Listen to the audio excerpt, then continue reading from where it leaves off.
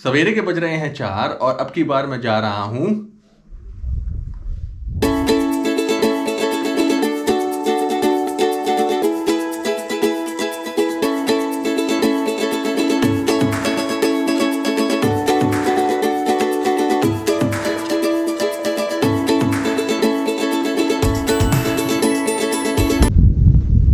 Post office. थोड़ा नीचे है, उधर तो आराम से रहा हूँ, ऊपर चढ़ने में बहुत ज़्यादा बजने वाली है मेरी। चलिए शुरू करते हैं। 2016 में जो पहाड़ों के साथ मेरा नाता जुड़ा वो आज भी कायम है।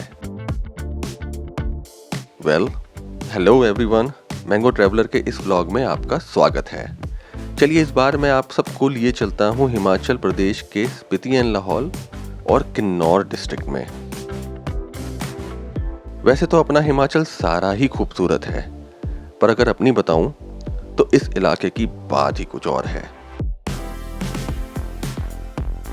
जहां किन्नौर को लैंड ऑफ फेरी टेल्स के नाम से भी जाना जाता है क्योंकि ये काफी हरा भरा, और जहां नजरें घुमाओ वहां राजसी पर्वतों की बर्फ से ढकी हुई चोटियां देखने को मिलती हैं।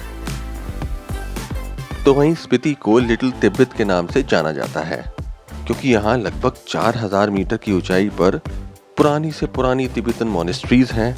ऐसी जगहों पर गांव बसे हैं जिनकी कल्पना करना भी दूर की बात लगती है। और वहीं लाहौल को एक बैरन स्प्लेंडर ऑफ हिमाचल प्रदेश के नाम से जाना जाता है क्योंकि ये एक डेजर्टेड जगह है, पर इतनी खूबसूरत कि आप मंत्रमुग्ध हो जाएं। वैसे तो मैं ये सारी जगह 2018 में भी देख चुका हूँ, और क्योंकि इन विराट पर्वतों में मुझे अनजाना सा सुख मिलता है तो दोबारा आने में मुझे यहाँ जरा भी संकोच नहीं लगा, क्योंकि इस बार का सफर एक बार फिर अमित भैया एके जेम्स बॉन्ड और अपने चुलबुले पांडे जी के साथ जो था। ओह सर, एक बॉल भी टच नहीं किया। क्या कर सकते हैं हम? अफसोस की बात है कि मैं इतना खेला अपने टाइम पे। यार वो रिकॉर्ड होना चाहिए था। स्पीति वैली पहुंचने के लिए 2 रास्ते हैं। एक है वाया मनाली होकर, जो कि गर्मियों में खुलता है जून जुलाई के आसपास, और एक है वाया शिमला से होकर। ये रास्ता 12 महीनों खुला रहता है। हालांकि सर्दियों में अगर ज्यादा बर्फबारी हो जाए तो कुछ दिनों के लिए ये भी बंद हो जाता है। क्योंकि हमारा प्रोग्राम मार्च में बना था तो हमने शिमला वाला रास्ता पकड़ा। चलिए सफर की शुरुआत करते हैं।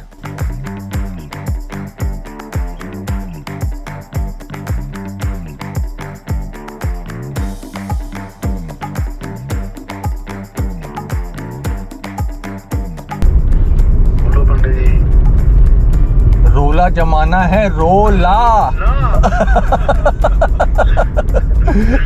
क्या पोजीशन सर जी? बस निकल गए। निकल गए? बस निकल रहे हैं बस। अच्छा निकल रहे हैं, मैं निकल गया हूँ यहाँ से। हाँ जी।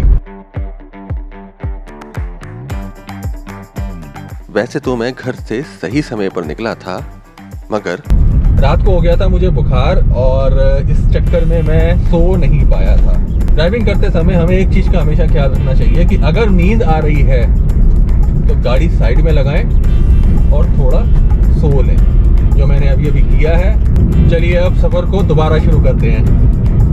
ये 1 घंटे की पावर नैप से मैं काफी फ्रेश हो गया, और अब कितना लेट हो जाऊंगा इसकी फिक्र छोड़ दी थी, क्योंकि दुर्घटना से देर भली।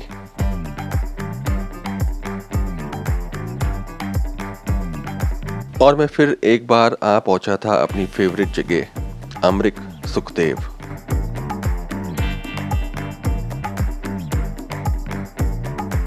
और ये ब्रेकफास्ट हो गया है, अब चलते हैं आगे।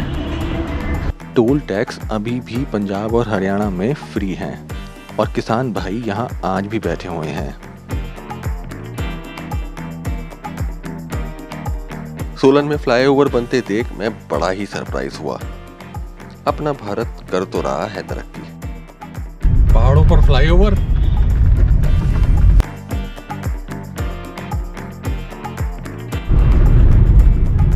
चलो जी, आ गए हैं अब हम शिमला। आगरा से शिमला की दूरी है 575 किलोमीटर की, और मैं वही 1 घंटा ही लेट हुआ यहाँ पहुँचने में।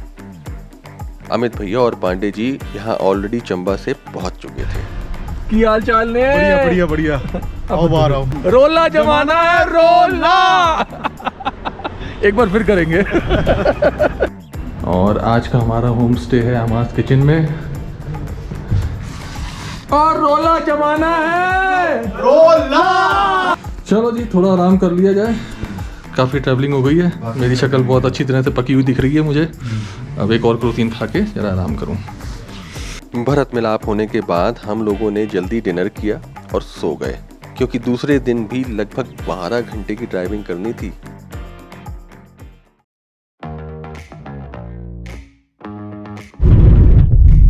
सवेरे के बज रहे हैं 6:30 और हम जा रहे हैं ताबो।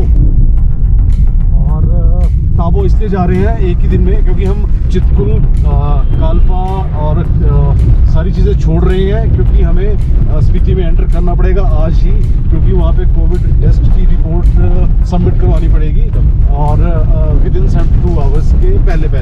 तो ये रास्ता जो है जो बीच में कवर करेंगे वो वापसी के टाइम पे करेंगे। हाँ, तो अभी हम यहाँ पर अभी आप लोगों को कुछ भी नहीं दिखा रहे हैं। वापसी के टाइम पे सब कुछ दिखेगा।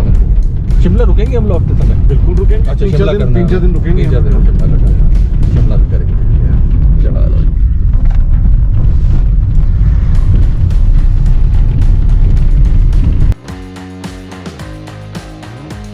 भैया, कौन सी जगह है ये? शिलारू हॉकी स्टेडियम है, और आप स्टेडियम देख सकते हैं।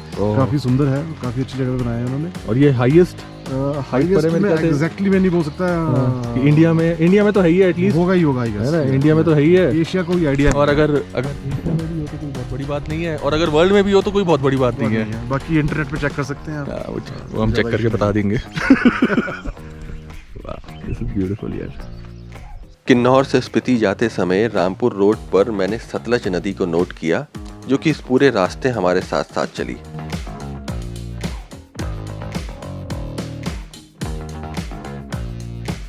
ये छोटा सा टनल किन्नौर डिस्ट्रिक्ट का काफी फेमस है।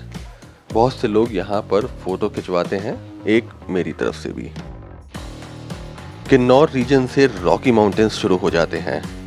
अब इस रास्ते को ही देख लीजिए कि किस तरह से इसे काट कर रोड निकाली गई है ना अद्भुत।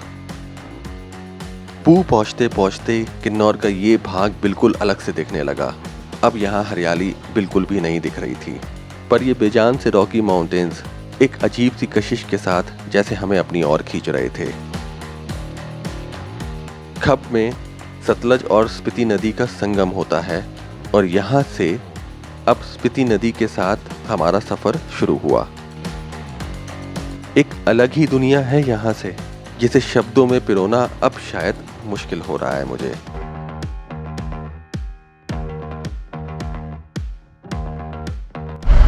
ये जी नाको की तरफ गई है रोड, लेकिन हम वहाँ नहीं जा रहे अभी। हम जा रहे हैं सुंदो, और उसके बाद रहेंगे ताबो। वापसी में देखेंगे।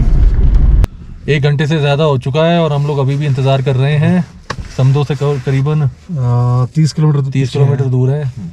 4 बज चुके हैं, लेकिन पार्टी अभी बाकी है। अभी पता नहीं कब तक पहुंचेंगे। 4 बजे तक तो पहुंच जाना चाहिए था मैं ताबो में। और यहाँ से 2 घंटे और बता रहा हूँ। अभी यहाँ से 2 घंटे और बता रहे हैं, और हम इस चक्कर में फंसे हुए हैं अभी तक। वो दोनों जो हैं लव बर्ड्स एक दूसरे के साथ खेल रहे हैं, और अभी 1-1.5 घंटा और उम्मीद नहीं है कि खुलेगा रोड। फिर से बोलना हमें भैया, क्योंकि अभी 1-1.5 घंटा और उम्मीद नहीं है कि रोड खुलेगा अभी आज। तो हम कहाँ जाएंगे फिर? अब देखते हैं जो रोड खुलने के बाद में, नहीं तो गाड़ी में सो जाएंगे आज। और पांडे जी, कोई विशेष टिप्पणियाँ? भाई मैं बोलने और में से कुछ मेरा अभी तो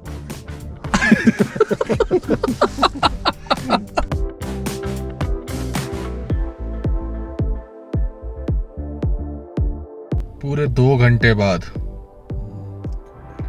फाइनली ट्रैफिक चालू हुआ है। मलिंग पास पर ड्राइव करना मुझे काफी डेंजरस लगा। जब यहाँ से लौटूंगा तो थोड़ा और चर्चा करूंगा इस पास की। शिमला से ताबो 367 किलोमीटर की दूरी पर है, और हमें लगभग 13 घंटे लगे। शाम 7 बजे हम ताबो पहुंचे थे। चलिए जी, पहुंच गए हैं Spiti valley. Samdo 2 border cross कर लिया है क्रॉस कर लिया है। और अब हम रुकने जा रहे हैं ताबो। ताबो।